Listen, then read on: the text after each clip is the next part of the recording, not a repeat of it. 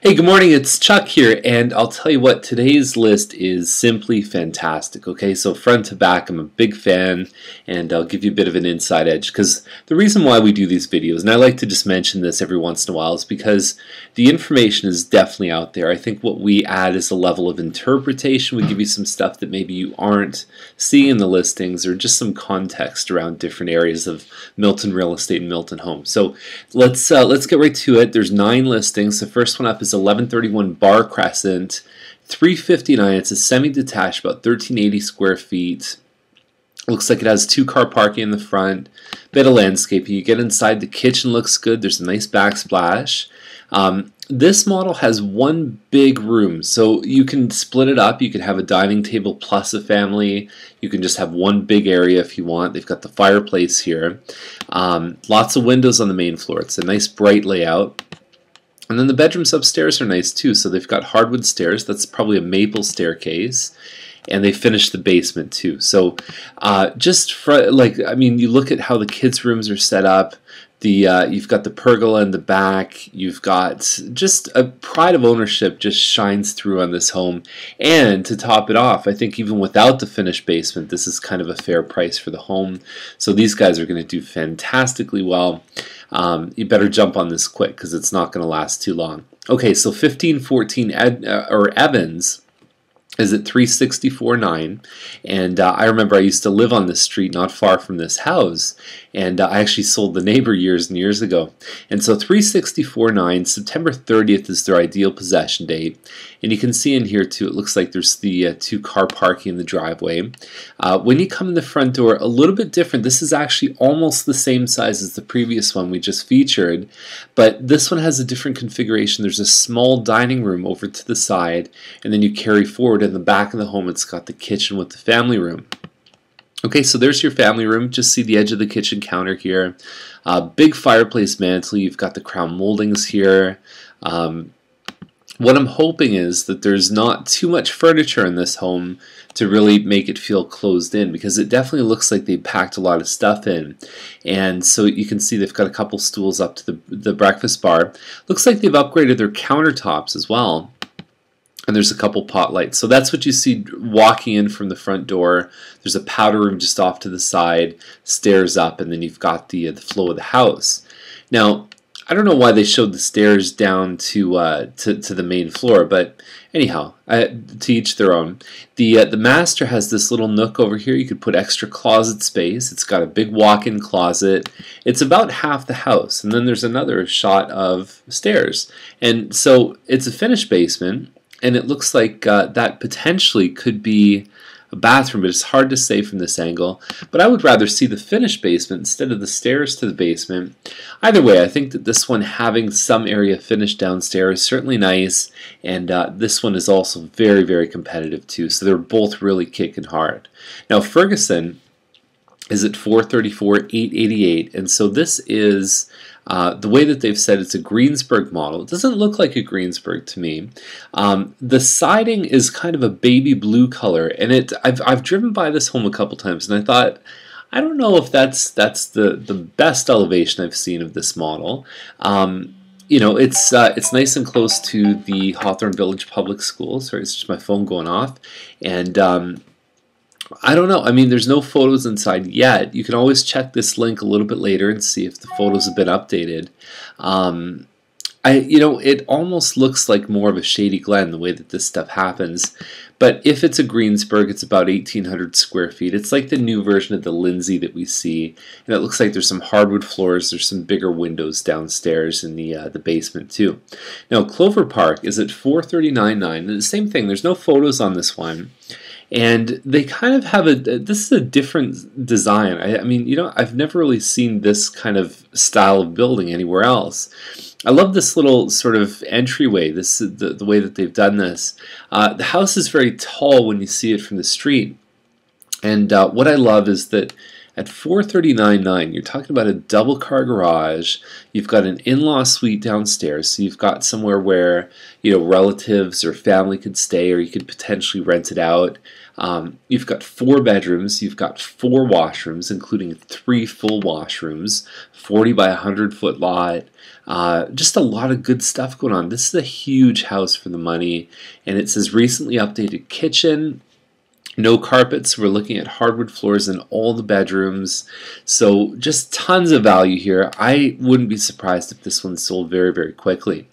Now, Irving Terrace, 449.9. And so it's a little bit more narrow on the front, and it pies out in the back. And it's on a nice street here too. Lots of parking in the driveway for a couple cars, probably even going side by side. This is a Wyndham corner, so it's like between 18 and 1900 square feet. You've got some hardwood floors, the gas fireplace. That's the front room with the nice high ceiling. So in most of the corner homes, the living room and the dining room are 2 separate areas, and they're split off in the middle by the actual entrance to the home.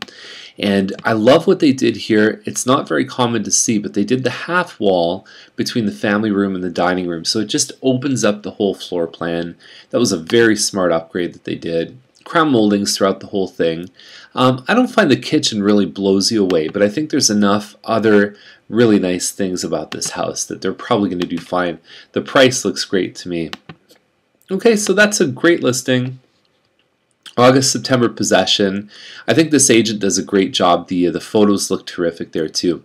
Now 760 Willow is at 519, and so it's in Dorset Park. Okay, so it's just off of Wilson, and some parts of Willow you get into traffic noise if you're on the north part. So on the south part, it's a 55 by 120 foot lot, and whenever you see the driveway like this, you want to make sure that the drainage is good. So you want to make sure there's a nice active working drain right at the bottom there, so when you get that spring thaw, it's not going to start getting into the rest of the house. Okay, so kind of an English manor style here. It looks like they've definitely done some updates. The French door there, the hardwood floors, the kitchen's been renovated, pot lights, you've got the newer cabinets, you've got a cabinet depth fridge here. Nice stuff, really nice. The flooring, they've got an in-ground pool in the back. For this area, for the size of the lot, they do have a separate, it looks like there's a separate 2-bedroom sort of apartment, but we can't call it an apartment, so we call it the in-law suite.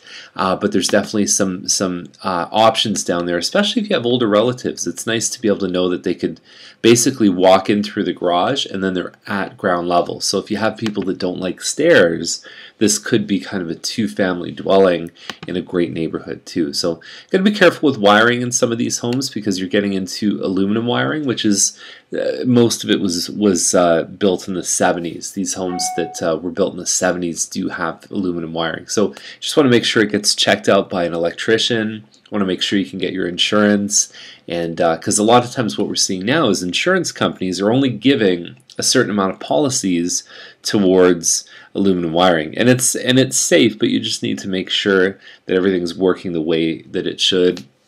There's no attachments with copper.